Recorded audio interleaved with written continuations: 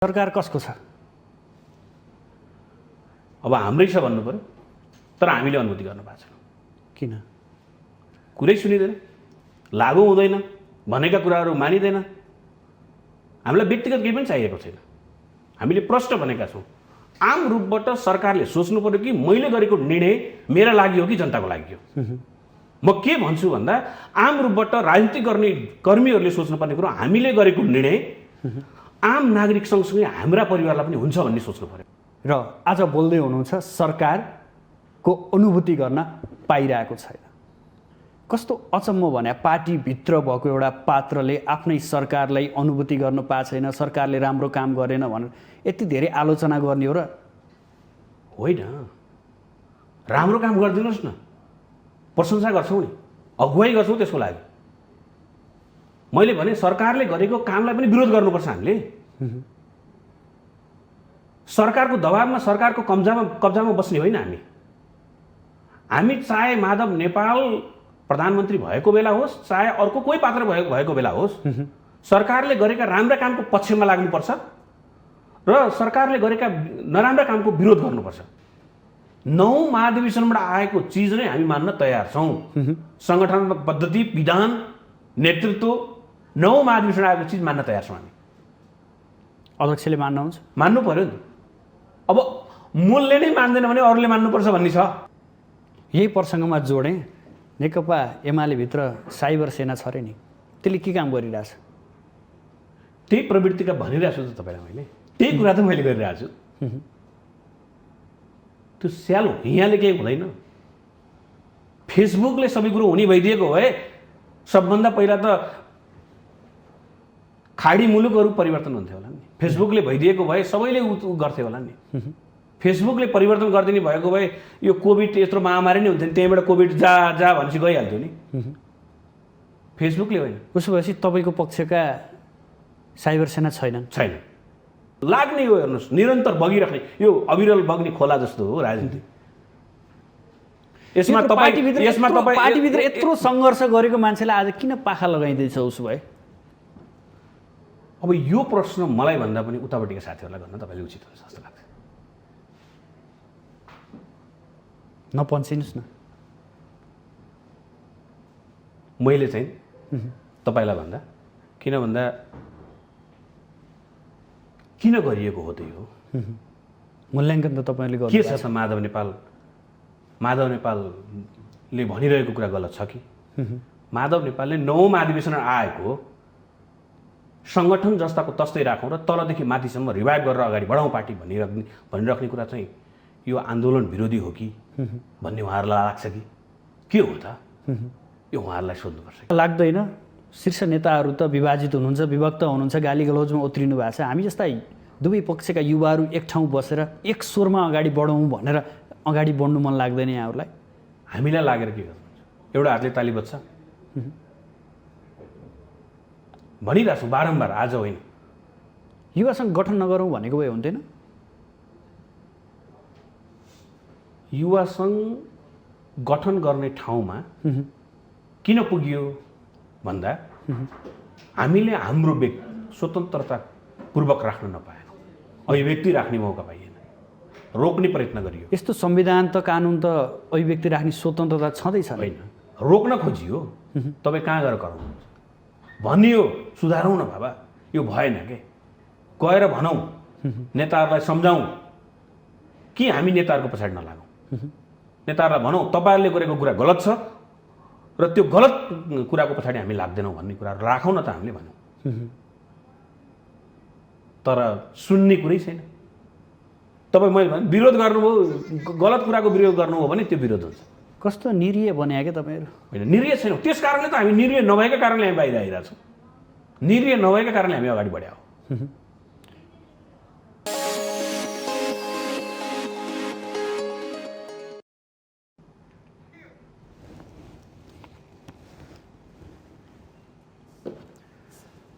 आदरणीय दर्शकबिन नमस्कार।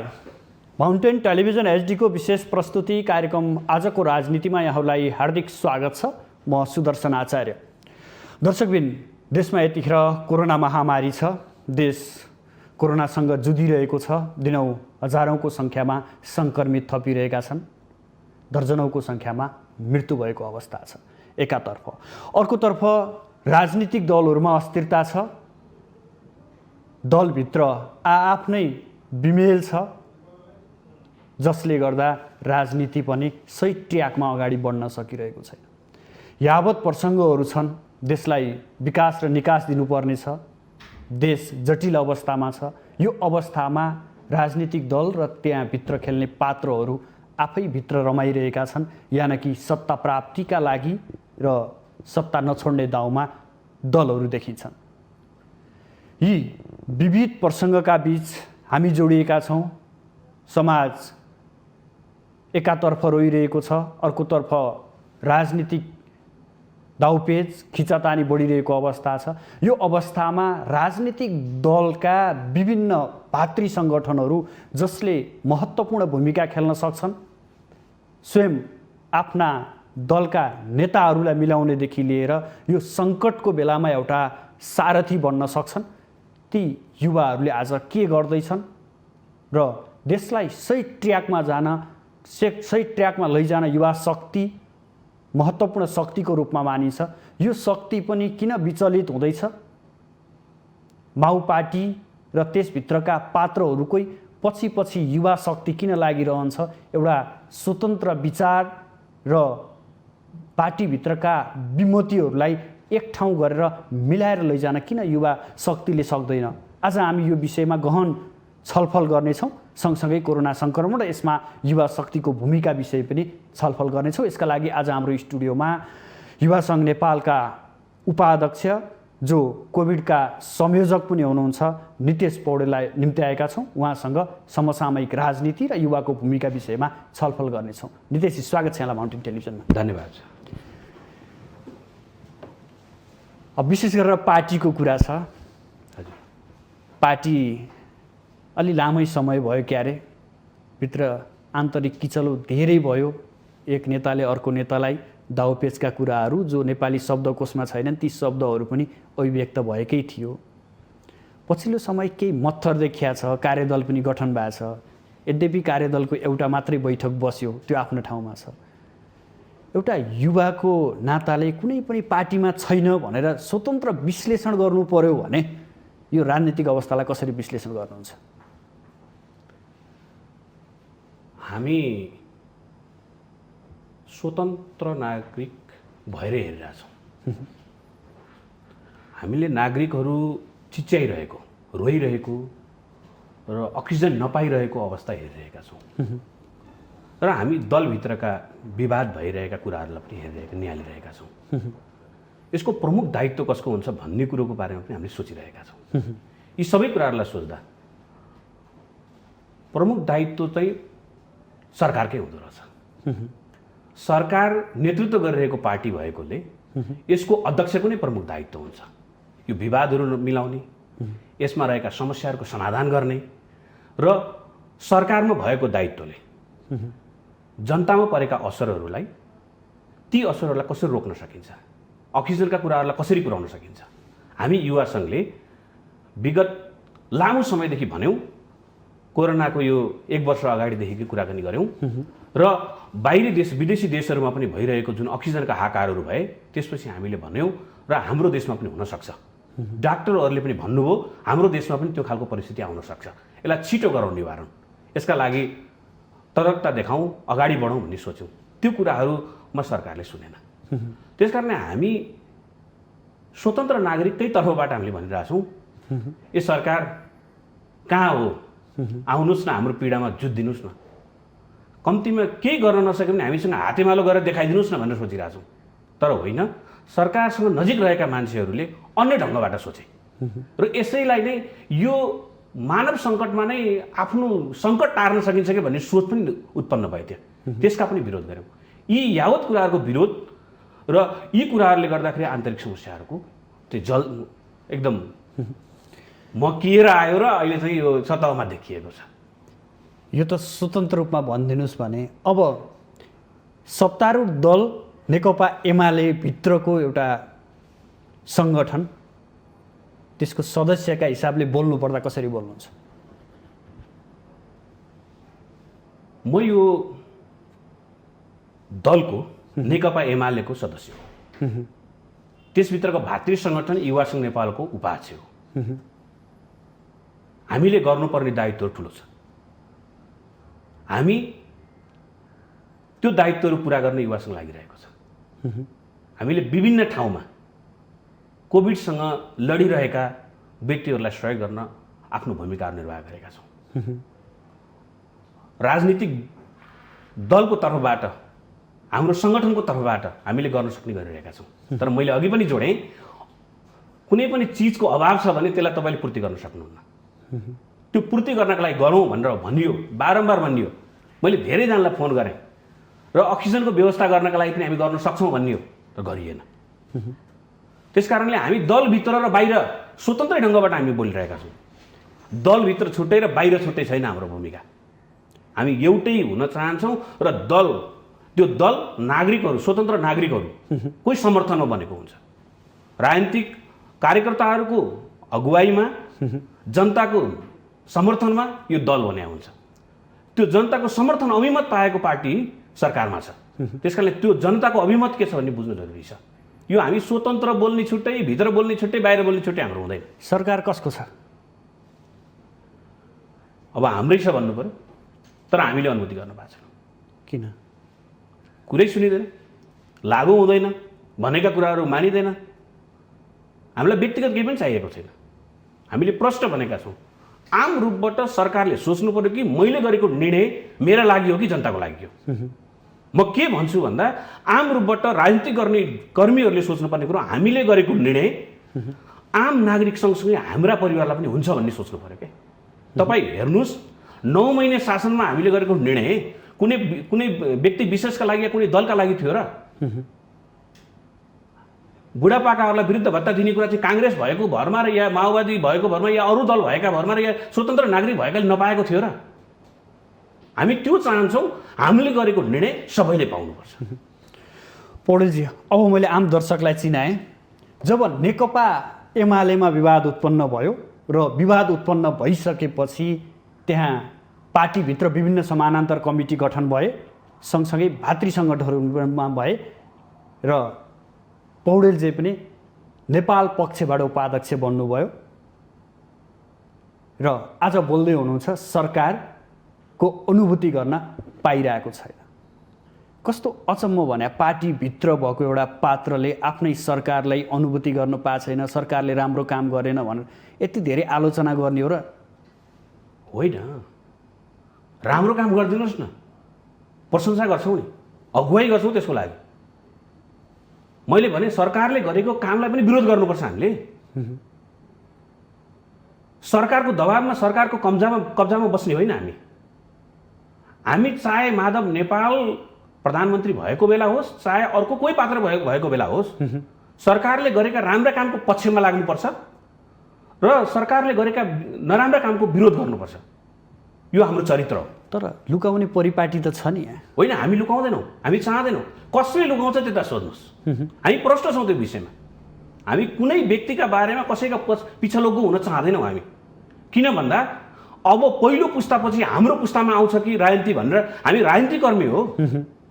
हामी स्वतन्त्र ढङ्गबाट आफ्नो विचार पनि निर्माण गर्न सक्छौँ। कुनै नेताले भन्दैमा हाम्रो विचार निर्माण हुने होइन। हामीले भन्न सक्नुपर्छ नेतालाई कि तपाईँले गलत गर्दै हुनुहुन्छ, त्यसलाई सच्याउनुहोस्। जनता पीडित छन्, त्यसलाई त्यो पीडित जनतालाई मलम लगाउनुहोस् र उनी जनताको सुखमा साथ दिनुहोस्, दुःखमा पनि साथ दिनुहोस् भन्ने हामी सोच्छौँ। हामी त्यो सोचका साथ अगाडि बढेको हो। किन हामी कसैको पिछा लग्गु भएर हामी अगाडि बढ्नुपर्छ भन्ने हाम्रो भावना छैन। पौडेलजी, वर्तमान सरकारले धेरै राम्रा काम गरेका छ, शिलान्यासदेखि उद्घाटनसम्मका कुराहरू, यावत कुराहरू हेर्नु भएको छैन र भने किन आलोचना मात्रै आलोचनाकै लागि हो अथवा के का लागि? होइन, आलोचनाका लागि होइन। मैले भने वर्तमान सरकारका केही मन्त्रीले राम्रो काम गर्नुभएको छ, तर सरकार कसको हो त? सरकार एउटा दलको हो या विभिन्न दलहरू मिलेर राष्ट्रिय सरकार बनेको हो त? सरकार त एउटैको, एउटै दलको हो। एउटै दलका पात्रहरू त्यहाँ हुनुहुन्छ, एउटै दलका नेताहरू त्यहाँ हुनुहुन्छ भने भौतिक योजना मन्त्रालयले बनाउन खोजेको बाटो वन मन्त्रालयले रोक्छ भने यसलाई हेर्ने कसले हो? त्यो वन मन्त्रालय भनिदिनु पर्यो कि यो सरकारको होइन भनेर, या भौतिक मन्त्रालय भनिदिनु पर्यो कि यो सरकारको होइन भनेर। जब तपाईँले सरकारकै योजनाबद्ध रूपबाट सरकारले विकास गर्न खोज्दैछ भने त्यसमा वन मन्त्रालयले भौतिक मन्त्रालय या भौतिक मन्त्रालयले आज कुरा गरेको चाहिँ वन मन्त्रालयले रोक्ने अधिकार छ कि त्यो गलत थियो कदमहरू भन्नु पर्यो नि त, कि निजी स्वार्थ मन्त्रीका स्वार्थमा भएका कुरा हुन् भनेर भन्न सक्नु पर्यो नि त। त्यो त भएन नि त। तपाईँ व्यक्तिलाई मन पर्दैमा चाहिँ बाटो खोल्ने या बन्द गर्ने भन्ने कुरा हुन्छ। व्यक्तिलाई मन नपर्न पनि सक्छ। हाम्रो देश त एकदम सानो देश हो। नर्थ आयरल्यान्डको कुरा गर्नुहोस् न, हाम्रो देशको भूभागसँग मिल्ने भूभाग छ। उनीहरूकै पुस्ताले त्यसलाई क्रान्ति गर्यो, उनीहरूकै पुस्ताले विकास गर्यो, त्यसको उपभोग गर्दैछ। आज तपाईँ 85-86 वर्षका त्यहाँको मान्छे भेट्नु हो भने उनीहरू त्यो भन्छन्। त्यो कुराहरू हामी सोच्नु परेन। तर पक्कै पनि राजनीतिक दलका नेतृत्व, अहिले गरिरहेका नेतृत्वहरूले अहिलेसम्म राजनीतिक पार्टीलाई जहाँसम्म ल्याउनु भयो त्यसको लागि धन्यवाद छ। तर अब जानेको कुन बाटो भन्ने तय गर्नु पर्दैन? त्यो तय गर्नको लागि बस्नु पर्दैन? त्यो बसाइ हुनु परेन? अनि बस्न पनि नखोज्ने, त्यो बसाइका टाढा गर्ने, अनि त्यसपछि चाहिँ हामीले गरेको चाहिँ राम्रो छ भनेर प्रशंसा गर्नुपर्ने। प्रशंसा त्यसलाई गरिन्छ जसले गरेको कुरा सबैले देख्छ। यो प्रशंसा गर्न सकिँदैन। होइन, मैले त देखिरहेको छु। मलाई देखाइदिनुहोस् न कुन ठाउँ छ, कुन पाटो छ, अहिले सरकारले गरेको निर्णयले कहाँनिर अगाडि बढेर कहाँ गरेको छ, देखाउनुहोस् त कुरा। मैले त देख्दिनँ केही। तपाईँ विगत, अहिले म भन्दिनँ, 76-77 को बजेटमा हेर्नुभयो भने 77 अर्ब रुपियाँको बजेट स्वास्थ्यमा छुट्याइएको छ। 11 अर्ब रुपियाँ चाहिँ आर्मी, पुलिस र सशस्त्रले लान्छ उपचार खर्च उसको आफ्नो चलाउनको लागि। 22 अर्ब रुपियाँले कर्मचारीको, अहिले भएका मौजुदा कर्मचारीको सबै कुरा पुग्छ। 44 अर्ब रुपियाँ कहाँ गयो त्यसको ठेगान छ अहिलेसम्म भन्न सक्छौँ हामी? एक वर्षको 44 अर्ब रुपियाँ कहाँ गयो? मैले हिसाब गरेको छु र मैले विभिन्न स्वास्थ्य कर्मी साथीहरूसँग बसेर कुराकानी गरेको छु। यो बजेटले मात्रै होइन, यसले चाहिँ अहिले भएका कर्मचारीले, मौजुदा कर्मचारीले हामी सबै ठाउँमा स्वास्थ्य उपचारहरू पुर्याउन सक्छौँ र सबै ठाउँमा हामी अहिले भएका अभावमा बसिरहेको अक्सिजनदेखि लिएर आइसियु बेडदेखि लिएर भेन्टिलेटरसम्मको व्यवस्थापन गर्न सक्छौँ भन्ने छ र त्यही पैसाले पुग्छ। उनीहरू स्वास्थ्य कर्मीसँगको सल्लाहमा के भन्नुहुन्छ उहाँहरू भन्दा, हामी यो न्यूनतम पैसा लिएर नागरिकलाई हामी उपचार गर्न सक्छौँ र हामी भन्न सक्छौँ, ए बा तपाईँ किन आउनु भएन, तपाईँको प्रेसर चेक गर्नुपर्ने थियो नि त, तपाईँ आउनु भएन, किन आउनु भएन भनेर हामी उहाँहरूलाई क्वाइरी गरेर बोलाउन सक्छौँ। त्यो बाटोमा सृजना गर्न सकिन्छ। यो प्रसङ्ग म एकैछिन फेरि जोड्छु। पार्टीभित्रकै कुराकानी गरौँ। आफ्नै सरकार छ, आफ्नै प्रधानमन्त्री हुनुहुन्छ, तर तपाईँले अघि भन्नुभयो हामीले अनुभूति गर्न पाएनौँ सरकारको। आफ्नो पार्टीको सरकार हो, पार्टीकोबाट नेतृत्व गर्नुहुन्छ प्रधानमन्त्री केपी शर्मा ओलीले भनेर अनुभूति गर्न पाएनौँ भन्नुभयो। खास कारण के देख्नुहुन्छ यहाँ? होइन, अनुभूतिको मतलब मलाई व्यक्तिगत के गरिदिनुहुन्छ भन्ने छैन, या हामीसँग रहेका नेतालाई कसले के गरिदियो व्यक्तिगत रूपबाटको तहको कुरा छैन। आम रूपबाट जनताले अनुभूति गरेकै गरेनन्। म तपाईँलाई जनताको तर्फबाट कुरा गर्दैछु। आम जनताले उपभोग गर्न पाए, अनुभूति गर्न पाए कि पाएन? तपाईँ ग्यास, अक्सिजन ग्यासको सिलिन्डर छैन भनेर पहिला भनियो, सिलिन्डर खोज्न थालियो। अब अक्सिजन ग्यासको सिलिन्डर छ, अक्सिजन छैन, तर बेलुका साँझ 4 बजेपछि निस्किन्छ कि यतिवटा आइसियु बेड खाली छ, यतिवटा भेन्टिलेटर खाली छ भनिन्छ, खोज्दा कहीँ पनि भेटिँदैन। अनि यो अनुभूति गर्नुभयो तपाईँले राम्रो? मैले त धेरै कुराहरू खोजिरहेको छु अहिले पनि। आज पनि एकजना बिरामीले मलाई फोन गर्दै हुनुहुन्छ, भेन्टिलेटर खोजिरहेको छु, अक्सिजन खोजिरहेको छु, कहीँ भेट्दिनँ। तर सरकारको उसमा आउँदाखेरि विज्ञप्ति बेलुका 4 बजेपछि प्रकाशित हुन्छ र त्यहाँ भनिन्छ यति बेड खाली भनिन्छ। म उहाँहरूलाई भन्न चाहन्छु यही मार्फत, अक्सिजन दिनुहोस्, म आइसियु बेड तपाईँहरूलाई बनाएर दिन्छु। अहिले पनि खाली छन् विभिन्न हस्पिटलहरूमा, मैले कुरा गरिरहेको छु। अक्सिजन नभएका कारणले आइसियु बेडहरू खाली छन्, भेन्टिलेटर चलाउने कुरा त छोडिदिनुहोस्। त्यस कारण अक्सिजन नपाएर मर्ने बिरामीहरूको लस्कर भइरहेछ। यसको समाधान गर्ने गऱ्यो त तपाईँ र मैले हो कि सरकारले हो त? तपाईँ घरको सबभन्दा मूली मान्छे पनि बन्ने, अनि त्यसपछि दाल चामल सकियो भनेपछि चाहिँ छोराले ल्याउनुपर्छ भनेर मुख ताकेर बस्नु सुहाउँछ? परिस्थिति यही हो परिस्थिति। त्यस कारण यो परिस्थिति बदल्नुहोस्। अहिले पनि केही बिग्रेको छैन। बदल्नुहोस् र बदल्न सकिन्छ। अहिले सुन्दैछु मैले स्वास्थ्यका सामानहरू ल्याउने कुरामा पनि कमिसनको कुराहरू मन्त्रीले बोल्नु भएको छ। यो प्रसङ्ग एकैछिन बुझाउँछु। तपाईँले यसो भनिरहँदा तपाईँले आफूले मान्दै आएको नेता अहिले माधव कुमार नेपाललाई आफ्नो नेता मानिरहनु भएको छ, उहाँलाई पनि भन्न सकिन्न पार्टी मिलाउनु, यस्ता तिक्तताहरू बाहिर नल्याउँ, हामी मिलाउँ, पार्टी बलियो बनाउँ। हामी जति भनिदिने भइदिएको भए त मिलिसक्थ्यो। हामी त भन्छौँ र हामीको कुरा सुन्नुहुन्छ भने हामी भन्छौँ, गलतलाई गलत भन्छौँ हामी। तर म के भन्छु भन्दा म के भन्छु भन्दाखेरि नेताहरूलाई तपाईहरू जस्ता होइन, हामीले के भनिरहेछौँ भन्दाखेरि यो दलको विवाद व्यक्तिगत स्वार्थमा निहित नहोस् भन्ने छ क्या हाम्रो। अहिले भइरहेको विवाद चाहिँ तपाईँलाई व्यक्तिगत कुरा जस्तो लाग्छ? अहिले सल्लाह सुझाव दिनेले नि बिगारिरहेछन् होइन, हामीले त बिगारेका छैनौँ। किचन क्याबिनेटले बिगार्छ अरे त्यो होइन, होला अन्त कतै होला। तर तपाईँ म जुन समूहसँग म जोडिएको छु भन्नुभएको छ त्यहाँ होइन। हामी भन्छौँ, हामी नेताको अगाडि गएर हात मोलेर बस्दैनौँ, हाम्रो प्रश्न राख्छौँ हामी। किन भन्दा हामी नेतालाई बा पनि भन्दैनौँ। हाम्रो संस्कार हामीले जे बोकेर आयौँ, कम्युनिस्ट पार्टीको संस्कार पनि हामी कमरेड भन्छौँ। हाम्रो बा भन्ने संस्कार छैन। र मलाई कसैले पनि बा भनेर फोन गर्यो या आयो भने म 3-4 चोटि सोध्ने गर्छु, आफूले नबुझेको जस्तै तर बुझ्दा बुझ्दै पनि त्यो आउने मान्छेको कुरा परिवर्तन होस् भनेर। तर जब परिवर्तन हुन्न म भन्छु बा नभन्नुहोस्। नेताहरूलाई भन्ने तपाईँहरूले भन्न सक्ने आदरणीय नेता कमरेडर हुनुहुन्छ, पूर्व महासचिव हुनुहुन्छ, पार्टी अध्यक्ष हुनुहुन्छ, पूर्व प्रधानमन्त्री हुनुहुन्छ। प्रसङ्ग उठाइसक्नुभयो। यो बा प्रविधि नेकपा एमालेमा कसरी भित्रियो? त्यहाँ तपाईँले जसले बाको कुराहरूलाई उच्चारण गरिराख्नुहोस् उहाँ सोध्नु पर्यो। मलाई सोध्नुभन्दा कसरी, मलाई थाहै छैन, म त्यसको विरोधी हुँ त मलाई थाहा हुन्छ कहाँबाट उब्जियो भन्ने कुरा त। तपाईँले जुन मूलको पानी मिठो हुन्छ भनिन्छ, कसैले भन्छ भने हो कि होइन भन्न त त्यही मूलको पानी खानु पऱ्यो नि तपाईँले। मैले त्यो मूलको पानी नै खाएको छैन अनि मलाई सोधेर एन्सर आउँछ खानु पाउनु भएको छैन। होइन, म खाँदिनँ,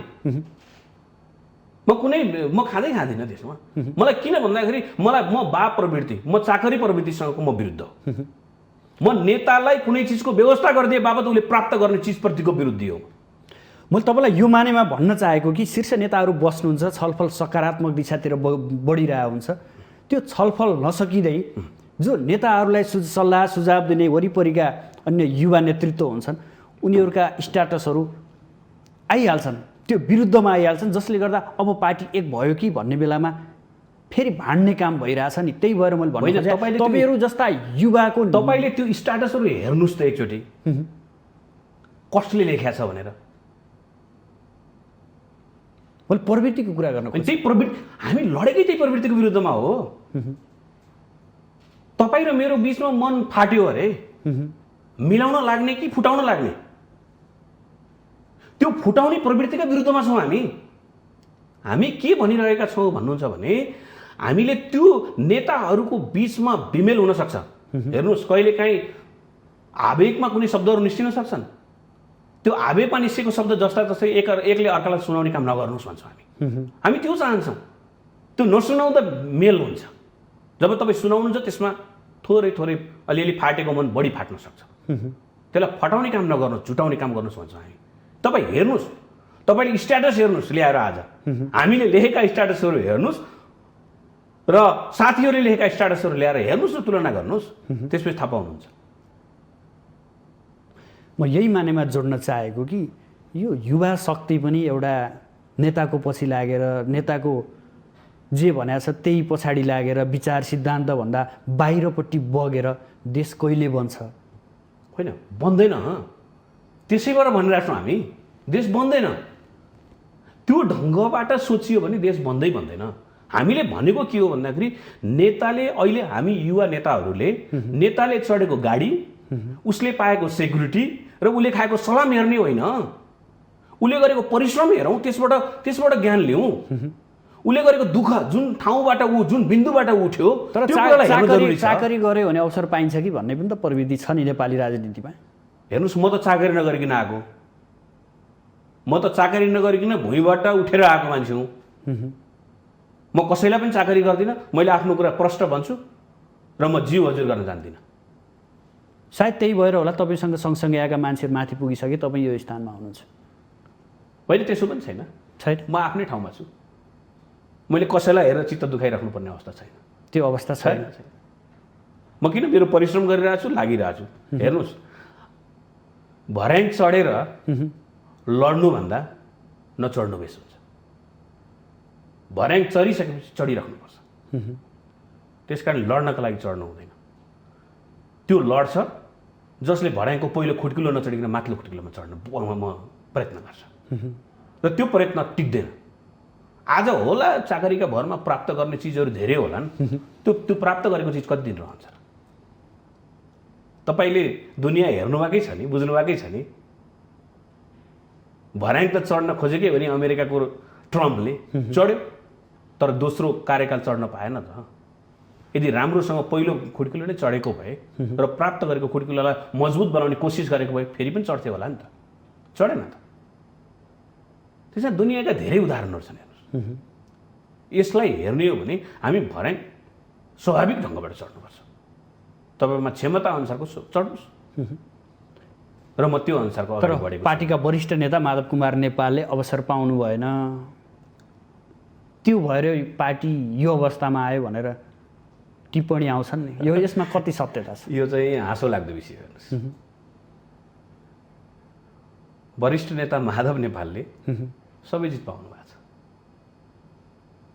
पार्टी नै वरिष्ठ नेता माधव नेपाल र मदन भण्डारीको कोर्डिनेसनमा अगाडि बढ्यो र पार्टी बिजारोपण गर्ने मान्छे पनि माधव नेपाल, सिपी मैनाली, माधव नेपाल लगायतको 5 जना मान्छेहरूले चलाए। त्यसो भए यत्रो मेहनत गरेको पार्टीमा सङ्गठन बनाउन मेहनत गरेको मान्छेलाई आज किन यसरी लत्ताइएको छ? म तपाईँलाई भन्दैछु कि तपाईँले क्वेसन गर्नुभयो, त्यसलाई पुरा गर्न दिनु नि त। त्यो ठाउँबाट यो पार्टी उठाएर ल्याएको कुनै यो राज्य सत्तामा गएर म प्रधानमन्त्री हुन्छु, यो देश चलाउँछु, चलाउन पाइएला भनेर होइन। त्यतिखेर सँगसँगै लागेकाहरू गोली लागे, मरे।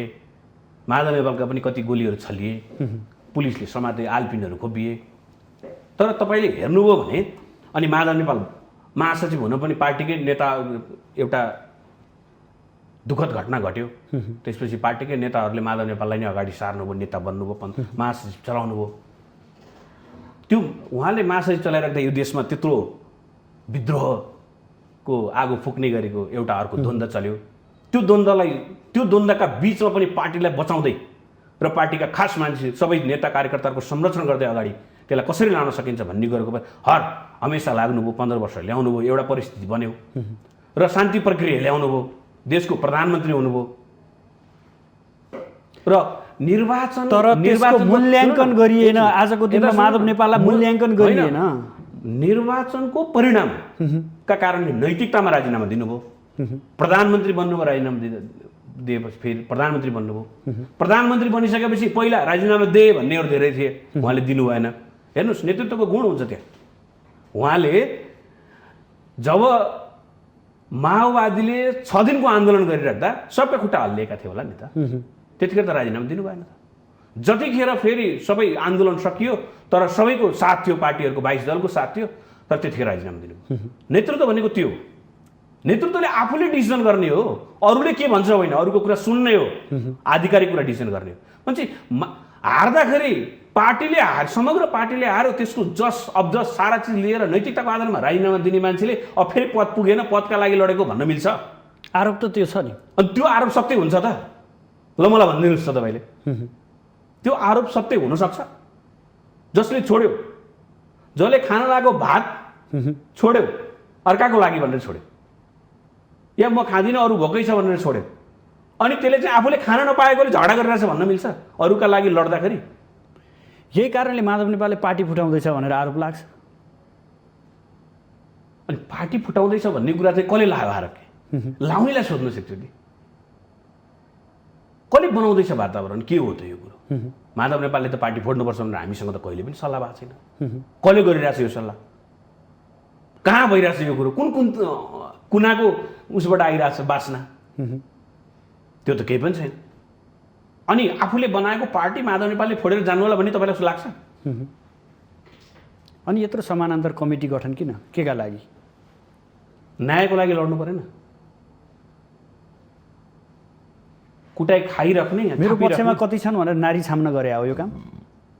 न्यायको लागि लड्नु परेन? कार्यकर्ताहरू भर्ती भइरहेको अन्यायका विरुद्धमा लड्नु परेन? माधव नेपाललाई त के चाहिएको छ? केही पनि चाहिएको छैन माधव नेपाल। माधव नेपालले त प्राप्त गरिसक्नु भएको छ। अब माधव नेपालले राजनीतिबाट बिदा लिँदा पनि माधव नेपाललाई त राज्यले दिनुपर्ने सुविधा दिएकै छ, पूर्व प्रधानमन्त्रीको हैसियतमा सबै कुरो दिइहाल्छ नि। तर अरूका लागि लड्नु परेन? अझै पनि इच्छा होला नि फेरि प्रधानमन्त्री बनौँ भन्ने। हेर्नुहोस्, राजनीति गर्ने मान्छेहरू हिँड्दै जाने हो। प्राप्त हुन्छ कि हुन्न भन्ने कुरो फरक चिज हो क्या। नहुन पनि सक्छ नि, हुन्छ भन्ने केही ग्यारेन्टी छ? तपाईँ र म यहाँ अहिले संवाद गरिरहेको छौँ, अहिले भर्खरै हुन पनि सक्छ। त्यस कारणले सम्भावनाभित्र हो यो, लाग्ने हो। हेर्नुहोस्, निरन्तर बगिराख्ने, यो अविरल बग्ने खोला जस्तो हो राजनीति। यसमा पार्टीभित्र यत्रो सङ्घर्ष गरेको मान्छेलाई आज किन पाखा लगाइँदैछ उसो भए? अब यो प्रश्न मलाई भन्दा पनि उतापट्टिका साथीहरूलाई गर्न तपाईँले उचित हुन्छ जस्तो लाग्छ। नपन्सिनुहोस् न। मैले चाहिँ तपाईँलाई भन्दा किन भन्दा किन गरिएको हो त यो मूल्याङ्कन त तपाईँले गर्नु के छ त? माधव नेपालले भनिरहेको कुरा गलत छ कि? माधव नेपालले 9औं महाधिवेशन आएको सङ्गठन जस्ताको तस्तै राखौँ र तलदेखि माथिसम्म रिभाइभ गरेर अगाडि बढाउँ पार्टी भनिराख्ने कुरा चाहिँ यो आन्दोलन विरोधी हो कि भन्ने उहाँहरूलाई लाग्छ कि के हो त? यो उहाँहरूलाई सोध्नुपर्छ। पछिल्लो समय केही साम्य देखिएको छ, विवाद जे भए पनि कार्यदल गठन भएको छ, 10 सदस्य हुनुहुन्छ त्यहाँनिर। तर कार्यदलले छिटै टुङ्गो लगाउने भनेको थियो, एउटा मात्रै बैठक बस्न सक्यो, त्यसपछि बैठक बसेको छैन। यसको कारणहरू केही हुनसक्छ?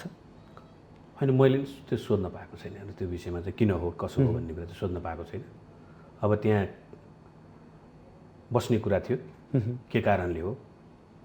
फेरि बिमेल आएको त होइन नि, बुझ्नुभयो होला नि यहाँले? होइन, थाहा छैन त्यो विषयमा। अब आजकै प्रसङ्ग कोट्यौँ, राष्ट्रिय सभामा रिक्त पदको लागि यतिखेर मतदान भइरहेछ। तपाईँ हामी यहाँ कुराकानी गर्दै गर्दा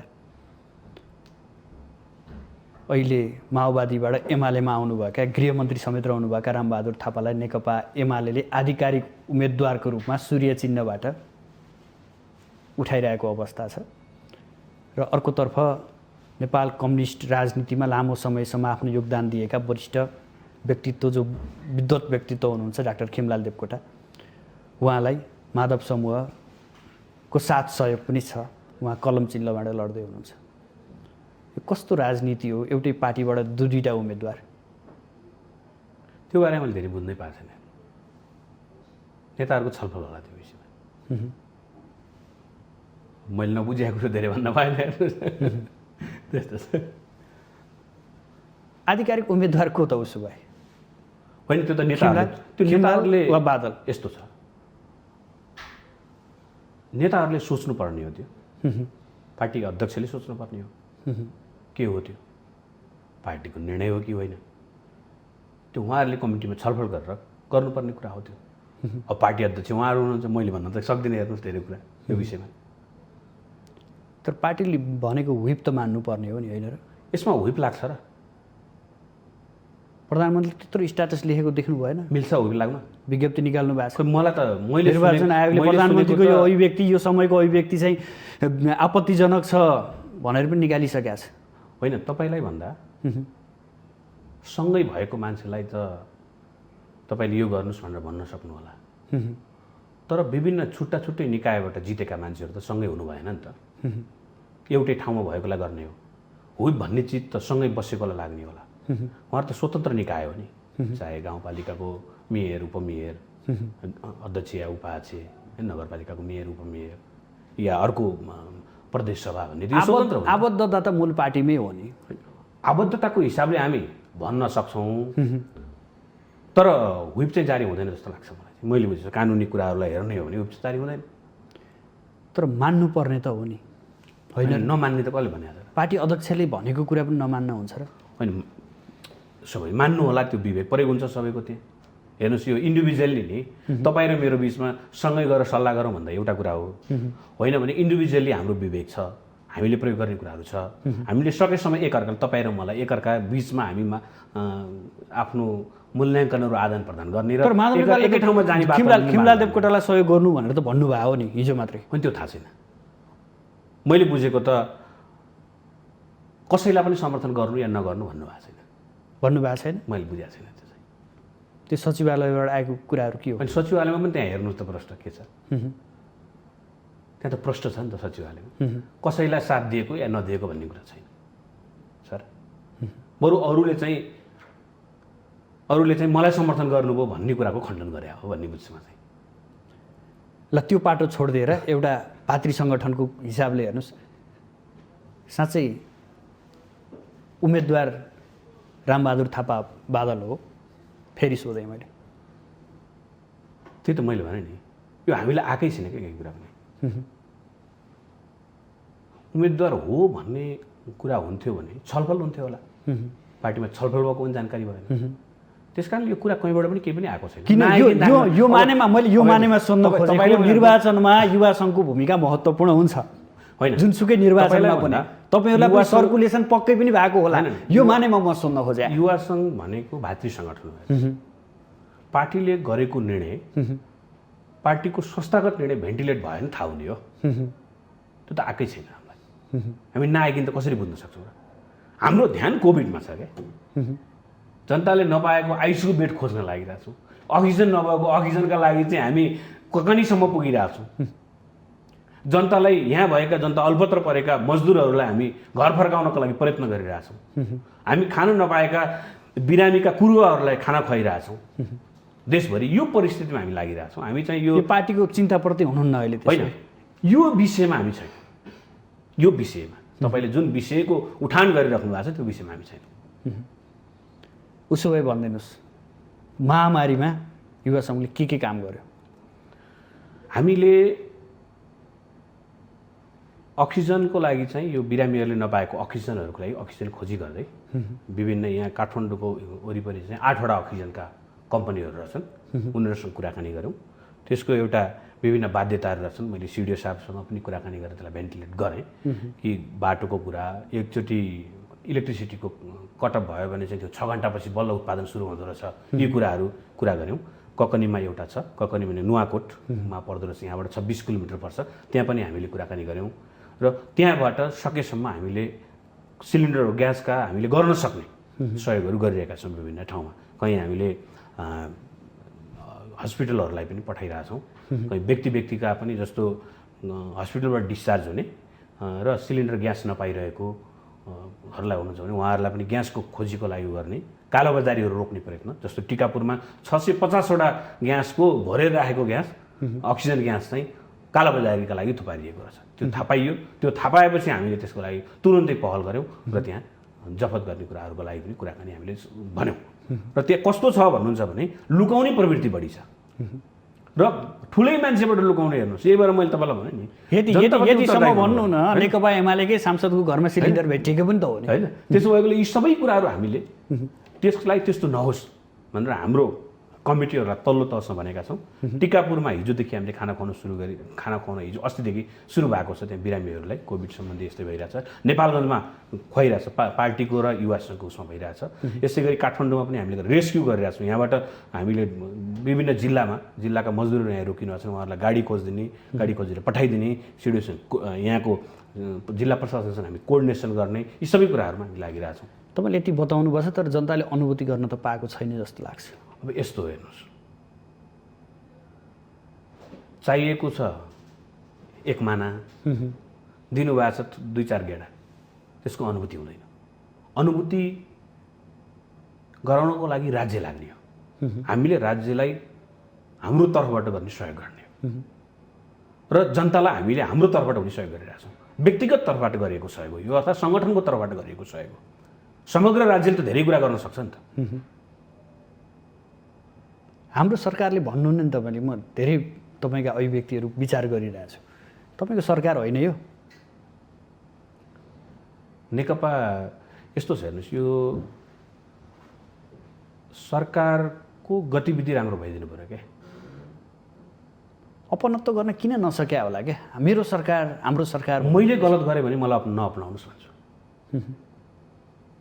मैले गरेका सही कुराहरूलाई मात्रै अप्नाउनुहोस् न मैले गरेका गलत कुराहरू अप्नाउनु पर्दैन तपाईँलाई एउटा थाहा छ एकजना डक्टरले चुरोट खानु हुँदैन तपाईँले नखानुहोस् भने क्या अनि डक्टरले आफै बाहिर निस्केर ढोका बाहिर गएर चुरोट खाए उनले के भने भन्दाखेरि मैले खाएको चुरोट चाहिँ तपाईँले नखानुहोस् है भने कि त्यो कुरा अप्नाउनुहोस् न गलत कुरा किन अप्नाउनु पर्यो गलत कुरा नअप्नाउनुहोस् सरकारले काम गरेन सकेन भने त व्यापक आलोचना छ यो समयमा के गर्नु पर्थ्यो राज्यको दायित्व के हुन्थ्यो अहिले कोरोनाको महामारीमा गर्नुपर्ने कुरा चाहिँ पहिलो कुरो त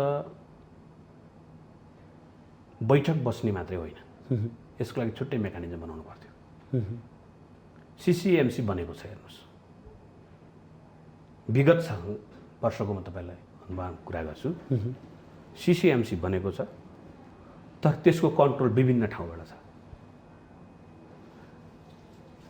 साउथ कोरियाबाट एउटा कुनै कोरियन एयरलाइन्स बाहेक अर्को कुनै एयरलाइन्सले त्यहाँ नेपालीहरू दाजुभाइहरूले लिएर आयो पिसिआर टेस्ट गरेर आए टेस्ट गरेर आइसकेपछि पनि होइन पिसिआर टेस्ट नै छैन भनेर लुकाउने प्रयत्न गरियो नेपाली जो चाहिँ त्यहाँ मजदुरी गर्न गएका हुन् हाम्रो दाजुभाइहरू मजदुर गर्न गएका दाजुभाइहरूलाई पर व्यक्ति 50,000 का दरले बढी पर्ने गरी अर्कोले ल्याउँथ्यो यो एयरलाइन्सले कममा ल्याउने भयो त्यसपछि त्यहाँ रोकियो 6-7 घन्टा मैले विभिन्नलाई फोन गरेँ एउटाले भन्छ स्वास्थ्य मन्त्रालयले रोक्यो भन्छ अर्कोले भन्छ कोही प्रत्युत्तरदायी छैन यो उत्तरदायित्व नभएको चिज चाहिँ रोक्नुपर्छ भन्ने कुरा हो मेरो आवाज त तपाईँहरू जस्ताले उठाउने हो नि हामीले उठायौँ तपाईँलाई थाहा होला त्यतिखेर मैले विभिन्न मिडियाका साथीहरूलाई भने र न्युज पनि बाहिर आयो त्यसको भिडियो अहिले मसँग अझै पनि छ त्यहाँ भएका उठेका कुराहरू गलत छ भने हामीलाई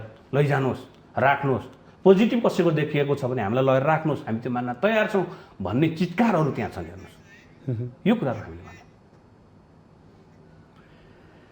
यही बेलामा अनियमितताका कुराहरू पनि छर्लङ्ग बाहिर आइसकेका छन् यो बेलामा तपाईँहरू जस्ता युवा शक्तिले चाहिँ यसलाई कारवाही गर्नुपर्छ निष्पक्ष हुनुपर्छ भनेर आवाज बुलन्द भएको खासै सुनिएन त ओम्नी ग्रुपलाई कारवाही गर्नुपर्छ भनियो त पछिल्लो समयमा आएर मात्रै भनियो त हामीले सुरुदेखि भनेका छौँ सुरुदेखि भनेका छौँ तिक्तता नहुन्जरी तपाईँहरू खासै बोल्नु भएको थिएन क्या यो यथार्थ स्वीकार्नु पनि यस्तो छ हेर्नुहोस् बाहिर बोलेनौँ होला तर हामीले भित्र बोल्न बाँकी राखेनौँ मैले सडकमा उठेका स्वास्थ्य सम्बन्धी कुराहरूका बारेमा आन्दोलन गरौँ न भने तर सुनवाई भएन हेर्नुहोस् किन भएन भन्दाखेरि विरोध गर्ने बित्तिकै सरकारको विरोध हुन्छ हाम्रो चरित्र पार्टीको प्रोटेक्ट गर्ने मात्रै होइन गलत कुराको आवाज उठाउने पनि हो क्या हाम्रो हामी त युवा हो नि यही मानेमा भन्दैछु हामी युवा हो त्यसकारण हामीले उठाउनुपर्छ भन्यौँ हामीले उठेन कुरा त्यो उठाउने साथीहरू चाहिँ सरकारको विरोधी हुने